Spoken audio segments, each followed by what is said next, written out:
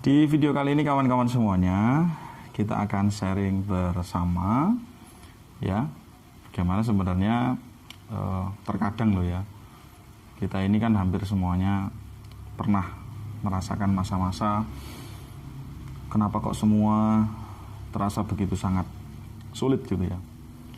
Nah, tentu saya juga berharap ya, sebelum kita diskusi sharing lebih lanjut, hari ini kita semuanya penuh dengan semangat, semuanya sehat, lahir batin, dan bahagia selalu pastinya.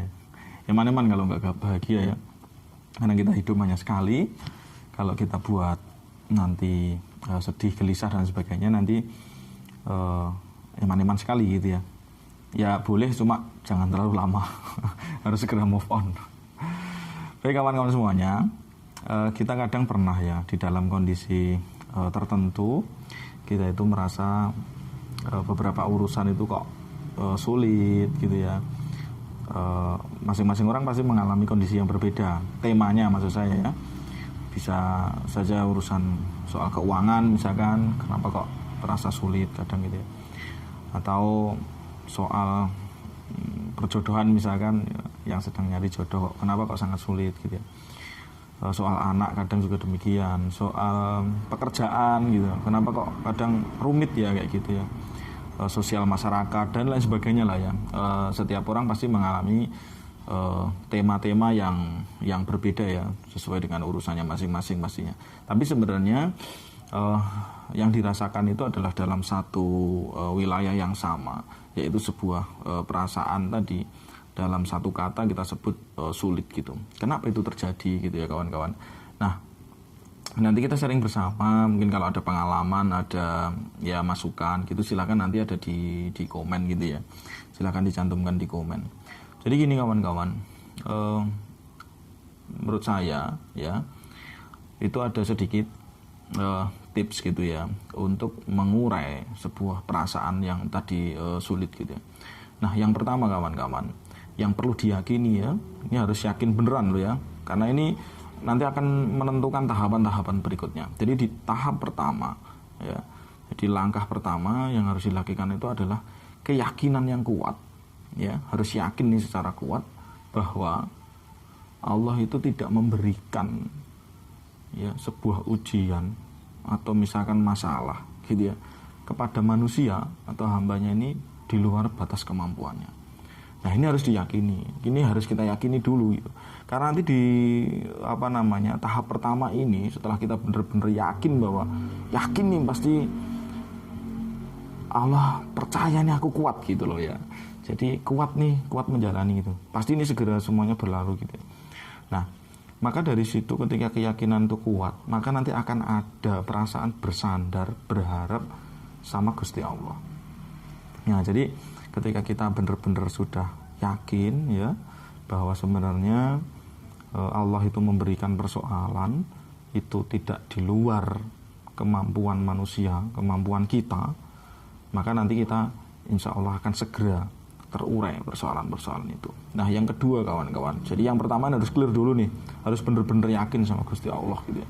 Jangan dinego gitu, jangan dinego itu maksudnya gini, sudah mulai yakin gitu ya, terus perasaan kita atau pikiran kita melakukan negosiasi terhadap keyakinan itu, misalkan itu perasaan muncul, iya ya, terus dosaku apa ya kok kayak gini gitu. Jadi ada pertanyaan-pertanyaan yang kadang itu seperti itu gitu. Aku salahku apa ya, dosaku apa ya kok sehingga saya harus tertimpa kondisi seperti ini gitu. Nah, itu saya bahasakan menegosiasi ya keyakinan yang sebenarnya sudah kita letakkan di awal gitu. Jadi dan itu memang ya manusia gitu, tapi maksud saya jangan kalau misalkan itu pernah muncul itu jangan diulang-ulang gitu ya, tapi stop sekali itu saja gitu. Jadi kita harus benar-benar yakin sama Allah bahwa kita ini kuat gitu loh, menjalaninya itu kuat gitu ya, karena memang Allah percaya bahwa kita itu kuat, makanya dikasih masalah ini gitu. Nah, selanjutnya kawan-kawan, setelah keyakinan itu kita tanamkan dalam diri kita secara kuat gitu, maka tahap berikutnya adalah coba kita muhasabah. Jadi coba kita introspeksi diri, kita coba cek kembali, flashback, tengok nih ke belakang gitu. Langkah pertama yang mana sehingga kok saya misalkan ya berada dalam wilayah seperti ini gitu. Nah, itu coba dicek ya, coba dicek langkah awal yang mana sehingga saya ini kok bisa masuk dalam wilayah yang begitu rumit kayak gitu loh ya. Nah ini menjadi penting gitu, karena memang tidak ada ibaratnya sebuah kejadian tanpa sebab gitu loh ya. Pasti ada sebabnya gitu. Ibarat orang berjalan gitu ya, bahwa di depan itu ada lubang gitu ya. Maka orang itu kan terus berjalan menuju sana. Nah bagi orang yang tahu di sana ada lubang, pasti orang itu kan nggak berjalan ke sana gitu loh. Karena resikonya dia terjatuh misalkan gitu. Nah langkah awal yang mana kok sehingga persoalan ini kok terjadi begitu rumit kayak gitu loh ya. Nah ini harus dicek dulu, muhasabah gitu loh ya. Tetapi jangan merasa bersalah, itu nggak boleh gitu ya. Nanti merasa bersalah itu ujung-ujungnya akan membuat orang itu down ya, turun ya kan, depresi gitu kan, sehingga kadang mohon maaf efek terburuknya itu bisa menyakiti diri sendiri gitu ya. Jadi ada akumulasi perasaan-perasaan bersalah gitu, merasa sendiri misalkan gitu kan, itu perasaan-perasaan yang negatif gitu. Nah kalau kawan-kawan pernah merasakan itu segera diminimalisir gitu ya, segera dikikis gitu perasaan-perasaan negatif seperti itu. Jadi ketika tadi kita benar-benar kuat sama Allah, yakin gitu ya, terus yang kedua kita tengok ke belakang, ini apa sih sebabnya gitu. Nah kita pasti mengetahui gitu ya. Ketika belum ketemu, coba refleksi gitu ya, tenangkan diri aja dulu ya, ibaratnya apa ya, istilahnya diselemur lah ya, kita cari suasana yang berbeda, ya kan, sambil di situ merenung, mengingat-ingat gitu, kenapa ya ini kok bisa terjadi, coba diurai ke belakang. Nah nanti kalau tahu ya sebabnya, ini ternyata yang menjadi penyebab, kawan-kawan nggak boleh marah. Jadi jangan marah gitu loh ya. Kalau sudah mengetahui sebabnya ya dari sebab itu nanti akan muncul, nah ini yang tahap yang ketiga, yaitu sebuah strategi atau langkah berikutnya mengurai persoalan itu tadi, sehingga nanti perasaan begitu rumit, sulit itu akan terurai gitu loh ya. Nah ketika kita sudah tahu sebabnya itu, maka kita bisa melakukan langkah selanjutnya yaitu mengurai. Nah kebanyakan orang itu tidak mengetahui sebabnya, tetapi dia langsung terbawa sebuah emosi tadi, perasaan sulit, bunek, pokoknya jibek gak karu-karuan gitu tadi, itu dengan emosi yang dibawa. Nah justru di sana bukan menyelesaikan masalah, tetapi justru nambah yang namanya masalah baru gitu loh ya. Jadi yang kedua, flashback, tengok ke belakang untuk mengetahui sebabnya. Nah setelah tahu sebabnya, di situ kita nggak boleh marah. Artinya jengkel misalkan, atau mungkin dendam kepada siapa gitu, nggak boleh gitu. Tetapi ini harus kita jadikan sebuah modal untuk mengurai, yaitu menentukan langkah-langkah selanjutnya menyelesaikan persoalan. Misalnya nih urusan pekerjaan misalkan gitu, urusan pekerjaan, kenapa ya kok ini begitu rumit sekali gitu ya. Oh ternyata satu tim misalkan loh ya, salah satu tim ya, personalnya itu ternyata ini itu di sini nggak jalan gitu. Nah itu kita ajak ngobrol baik karena kita udah tahu sebabnya kan. Monggo silakan, mau di reshuffle diganti, atau misalkan kita training dulu ya sebelum diganti. Pastinya ada edukasi dulu nih, kita ingatkan, kita training, kita ajari. Kok ternyata 1, 2, 3 kali ternyata nggak ada perubahan yang signifikan, ya nggak apa-apa kita sampaikan gitu kan. Ini misalkan sebagai leader ya di dalam sebuah organisasi. Nah jadi jangan justru diomong kesalahannya. Nah ini namanya ya leadernya nggak bijak nih, pemimpin nggak bijak gitu. Tapi harus diajari dulu, harus diajak ngobrol dulu gitu ya. Diajak ngobrol dulu, panggil, dilatih, misalkan kekurangannya di mana. Kalau sudah dilakukan tadi, ngobrol, sharing bareng, dilatih, diajari, ternyata nggak ada perubahan yang signifikan.